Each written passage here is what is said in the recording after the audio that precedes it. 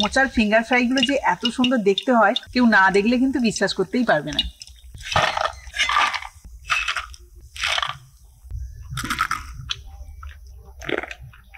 এই না খাও।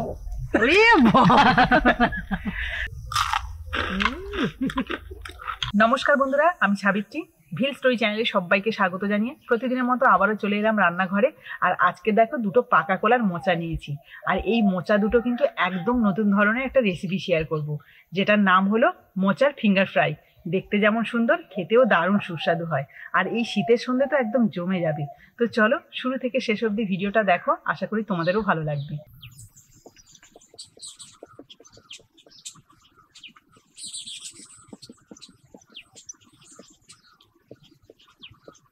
তো চলো প্রথমে আমি মোচাগুলোকে ছাড়িয়ে নিই। মোচাগুলো ছাড়িয়ে আমি জলের মধ্যে রাখবো, সেই জন্য দেখো এই পাত্রে কিছুটা জল নিয়ে নিয়েছি। এর মধ্যে দিয়ে দিচ্ছি নুন আর কিছুটা হলুদ গুঁড়ো, ভালো করে মিশিয়ে নেব।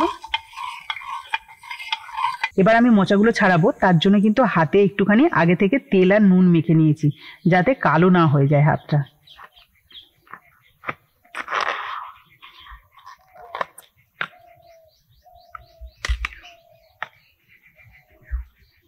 এই দেখো, এই যে মোচার ফুলগুলো নিয়ে নিলাম, আর এর ভেতরে এই অংশটা আর এই অংশটা শুধু বাদ দেব।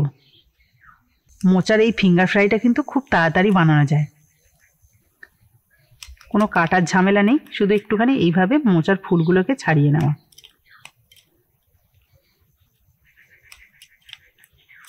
মোচার ফুলটা দেখো পরিষ্কার করে নিয়েছি ভালো করে, আর এগুলো কিন্তু এইভাবে ছাড়িয়ে নিচ্ছি। ফিঙ্গার ফ্রাই হবে, দেখো এগুলো তো একটা একটা ফিঙ্গারের মতো, মানে আঙুলের মতো, তো এইভাবেই ফ্রাই করব, সেই জন্য আগে থেকে ছাড়িয়ে নিলাম।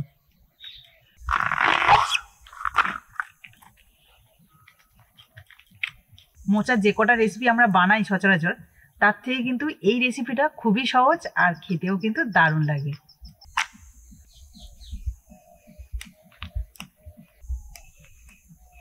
এই মোচার ফিঙ্গার ফ্রাইটা বানানোর জন্য কিন্তু অবশ্যই করে পাকা কলার মোচা নেবে, তবেই খেতে ভালো লাগবে। দেখো বেশ অনেকটাই মোচা কিন্তু আমি পরিষ্কার করে নিয়েছি। এগুলোকে এইভাবে জলে রাখবো, আর ততক্ষণে কিন্তু আমি একটা ফিঙ্গার ফ্রাইয়ের জন্য ব্যাটার রেডি করে নেবো। তার জন্য একটা পাত্র নিয়েছি, আর এই পাত্রের মধ্যে দিয়ে দিচ্ছি হাফ কাপ বেসন। বেসনের সাথে দিয়ে দিচ্ছি হাফ কাপের একটু কম চালের গুঁড়ো। আর এটা কিন্তু দানা দানা রয়েছে, এতে মুচমুচেও হবে, খেতেও ভালো লাগবে। এবার দিয়ে দিচ্ছি হাফ চামচ আদা বাটা, পরিমাণ মতো নুন, সামান্য একটু হলুদ গুঁড়ো, হাফ চামচ লঙ্কার গুঁড়ো। মোচার ফিঙ্গার ফ্রাই যেহেতু করছি, সেই জন্য কিন্তু হাফ চামচ মতো চিনি দিয়ে দিচ্ছি। মোচা মানেই কিন্তু একটু চিনি দিতেই হবে। আর দিয়ে দিচ্ছি গরম মশলা গুঁড়ো। এবার আমি অল্প অল্প জল দিয়ে একটা থকথকে ব্যাটার রেডি করে নেব।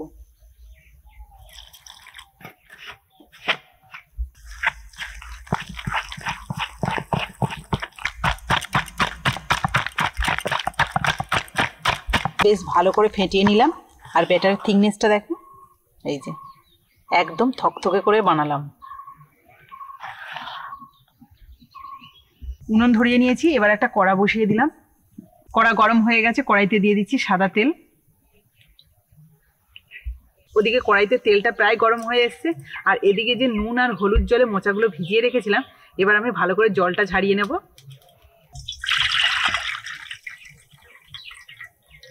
নুন আর হলুদ জলের মধ্যে রেখেছিলাম বলে মোচাগুলো দেখো একটুও কালো হয়ে যায়নি। তেল গরম হয়ে গেছে, আর বেশ কয়েকটা মোচার ফুল আমি ব্যাটারের মধ্যে দিয়ে দিয়েছি। এবার একটা একটা করে নেব, ব্যাটারের মধ্যে ডুবিয়ে এই তেলের মধ্যে ছেড়ে দেব।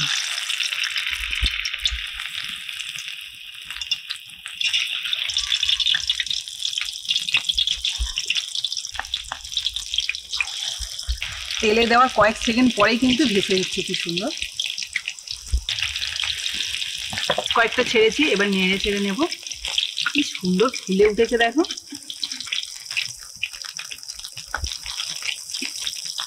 দারুণ দেখতে লাগছে কিন্তু। বেশ কিছুক্ষণ নাড়াচাড়া করে লাল লাল করে ভেজে নিয়েছি, এবার আমি তুলে নিচ্ছি। মোচার ফিঙ্গার ফ্রাই কত সুন্দর দেখতে হয়েছে দেখো, আর কতটা মুচমুচে হয়েছে আওয়াজ শুনলে কিন্তু বুঝতে পারবে। বুঝতেই পারছো, তবে তোমাদের তো অবশ্যই খাওয়ার আগে ভেঙে দেখাবো। তো চলো বাকিগুলো একইভাবে ভেজে নিই।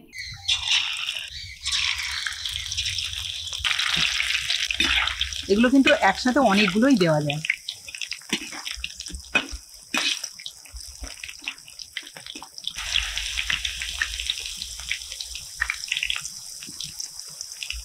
এই মোচার ফিঙ্গার ফ্রাই কত সহজে বানানো যায় দেখতে পেলে নিশ্চয়ই, একদম ঝামেলা ছাড়াই কিন্তু। আর এইগুলো ভাজার সময় কিন্তু একটা কথা মাথায় রাখতে হবে, আঁচটা কিন্তু লো টু মিডিয়াম রাখবে, তাহলে খুব সুন্দরভাবে মুচমুচে হবে আর ভেতরে মোচাটাও কিন্তু খুব সুন্দর সিদ্ধও হয়ে যাবে।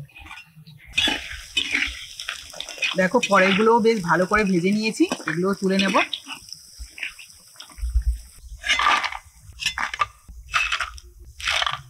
দেখো সবগুলো মোচার ফিঙ্গার ফ্রাই এই যে ভেজে তুলে নিয়েছি, আর কত সুন্দর লাগছে দেখো।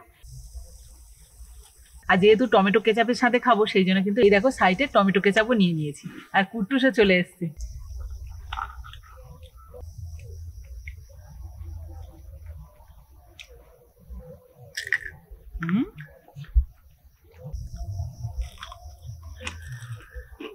সুন্দর টেস্ট হয়েছে। আমি পরে বলো মা বলিনি, আমি খেয়ে যাই। এক এক রকমের মতোই একদম, হ্যাঁ ফিঙ্গারের মতো হয়নি? হ্যাঁ একদম, ছোট আঙুলের মতোই হয়েছে। বড় মাঝারি সব আমাদের ঠিক হাতের আছে। আঙুলও তো হ্যাঁ, ছোট ওই বড় সেই- মাঝারি সেই জন্যই তো একদম। আমি বলছি হেবি সুন্দর হয়েছে। বৌমা বেশ ধরে ধরে বানিয়েছে, বেশ ভালো। শীতের দিনে জমে গেছে। শুনতে পাচ্ছ বন্ধুরা, আমি যা চিবাচ্ছি শুনতে পাচ্ছ কি কত জোরে আওয়াজ হচ্ছে, এরপরে মুচমুচ করছে। তো বৌমা ভেতরটাও তুমি ভালো খুব সিদ্ধ হ্যাঁ হয়েছে তো? খুব সুন্দর সিদ্ধ হয়েছে, আর খেতেও খুব ভালো হয়েছে। আর এই শীতের সময় খুব ভালো লাগছে। তোমরা কিন্তু এইভাবে তৈরি করবে আর সবাইকে খাবে, নিজেরাও খাবে, খুব ভালো লাগবে আর খুব আনন্দ করে মজা করে আমাদের মতো এইরকম মজা করে সবাই কিন্তু খাবে। তুমি যেভাবে কামড়টা দিলে আর আওয়াজটা বেরোলো, তাতে করে পাশ থেকে কেউ যদি যায় তারও ইচ্ছা হবে একটু খাই। অবশ্যই আমিও বসে থাকতে পারলাম না, মার আওয়াজ নিয়ে নিচ্ছি। দারুণ দারুণ স্ন্যাক্স এটা বলে। আর এটা কত সহজে বানানো যায় তোমাদের তো দেখালাম। অবশ্যই চেষ্টা করো, তোমরাও এইভাবে বানাতে পারবে আর বাড়ির সবাইকে খুশি করতে পারবে। আমি ভেবেছিলাম 8 নাম্বার দেবো, না সস, এটা সস। নাম্বার কিন্তু কাটতে পারবো না। সস পেয়ে আমি 2 নাম্বার বাড়ি দিয়েছি, 10 দিই, বলে দিচ্ছি 10 দিলাম। আমিও কিন্তু তোমার 10-এ 10 দিলাম। সবাই খেলে কিন্তু এরকম খুব মজা করে খাবে, আর 10-এ 10ও তোমার দেবে, আমার আর্ধেকও দেবে আজকে। সস পেয়েছে। কত নাম্বার দেবে তুমি কত নাম্বার দেবে? তুমি বলো আগে। আমি তো বলে নিয়েছি, কত বলেছো? 10 নাম্বার বলেছো। ও আচ্ছা, আমি যেহেতু বানিয়েছি তাই আমার নাম্বার দেওয়াটা কি ঠিক হবে? হ্যাঁ, হবে। কত দেওয়া যায় বলো তো? 10-এ 10 দেওয়া যায় তোমার। ও তাহলে 10-এ 10।